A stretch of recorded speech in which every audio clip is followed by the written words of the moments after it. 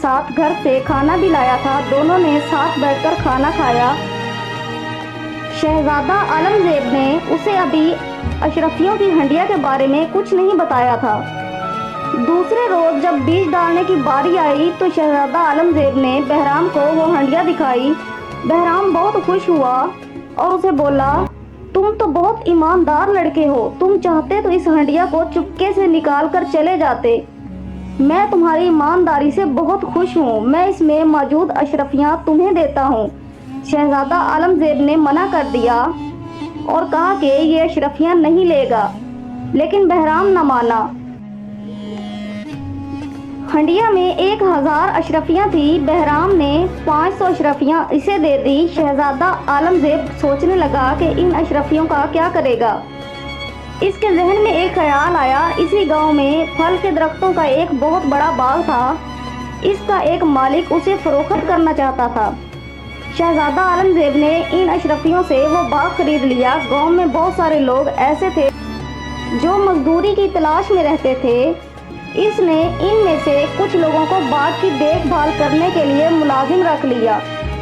इनके जिम्मे बाग के दरख्तों को पानी देना, खाद डालना और फलों की हिफाजत करना था।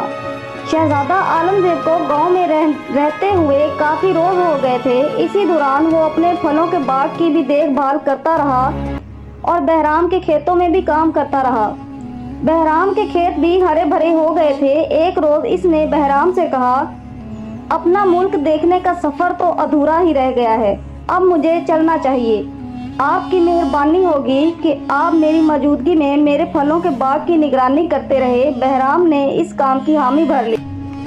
उसे इस बात का अच्छी तरह पता चल गया था कि गरीब लोग किन किन मुश्किलात का सामना करते हैं। इसने फैसला कर लिया कि महल जाकर बादशाह को कहकर इनकी मुश्किलात का खात्मा करवाएगा। उसे महल से निकले हुए काफ़ी अरसा हो गया था। इसको अब बादशाह और मलका की याद सताने लगी थी। इस अरसे में इसने तकरीबन पूरा मुल्क घूम लिया था। अब इसने वापसी का इरादा किया। सबसे पहले वो बहराम के गांव जा पहुंचा। उसे ये देखकर बहुत खुशी हुई कि इसका वो बाग जो इसने बहराम की दी हुई अशरफियों से खरीदा था, मुख्तलिफ किस्म के फलों से लदा हुआ था। बाग के निगरानों ने बड़ी मेहनत से काम किया था। बहराम ने उसे बताया कि इसके बाग के फल बहुत अच्छी कीमत पर फरोख्त हो रहे हैं। इसने एक अशरफियों से भरी हुई थैली शहजादा आलमगीर के हवाले की और बोला, बाग के सारे अखराजात निकाल कर ये अशरफियाँ बची हैं, इन्हें संभाल कर अपने पास रखो। शहजादा आलमगीर ने अशरफियों की थैली लेकर इसका शुक्रिया अदा किया और बोला, मेरी मुश्किल हल हो गई है। अब्बा हुजूर ने यही हुक्म दिया था कि मैं वापस आऊं तो मेरे पास अच्छी खासी रकम भी होना चाहिए। फिर इसने बहराम को पूरी कहानी कह सुनाई। बहराम को जब पता चला कि इसके मुल्क का शहजादा है तो वो बहुत परेशान हुआ और बोला, शहजादे साहब माफ़ कीजिएगा, मुझे नहीं पता था कि आप शहजादे हैं। ये बात अगर आप मुझे बता देते तो मैं आपसे कभी खेतों में काम नहीं करवाता, मुझे माफ़ कर दीजिए। शहजादे आलमगीर ने कहा, मुझे शर्मिंदा न कीजिए, मैं शहजादा ज़रूर था मगर एक गरीब शहजादा था। मैं महल से निकला था तो मेरे पास एक कौड़ी ना थी।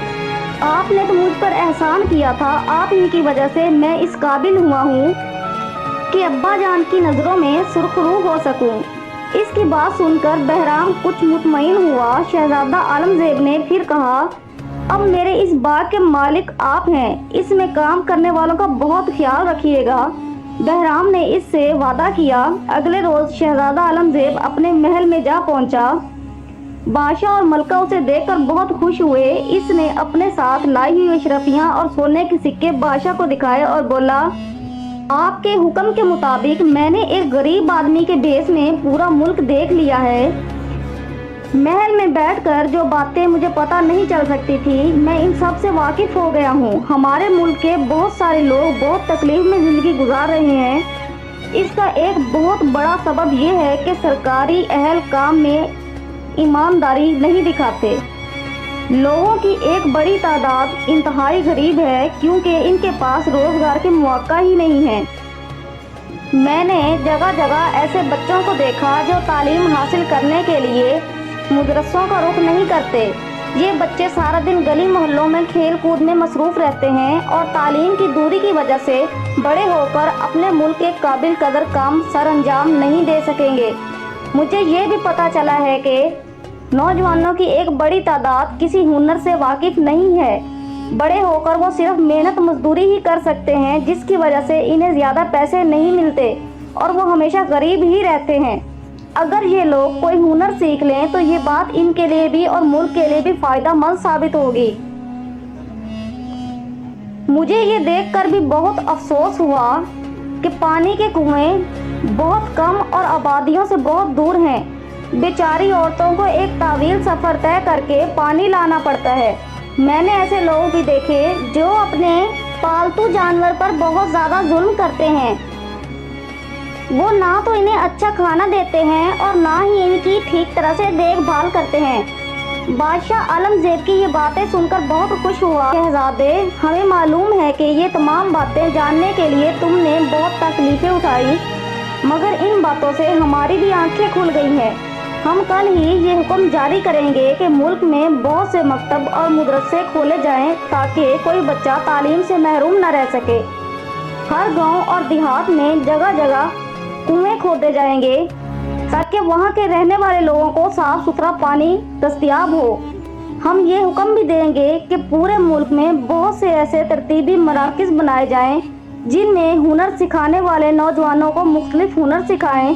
हमारे मुल्क के लोग हुनरमंद होंगे तो इन्हें इनके काम के पैसे भी ज़्यादा मिलेंगे। इनके काम की वजह से मुल्क में काफ़ी खुशहाली आएगी। इसके अलावा हम ये हुक्म भी जारी करेंगे कि अगर किसी ने पालतू जानवर पर जुल्म किया या बदसलूकी की तो उसे सख्त सज़ा मिलेगी। जानवर भी अल्लाह की मखलूक हैं, किसी को इनसे बुरा सलूक करने की इजाज़त नहीं दी जा सकती।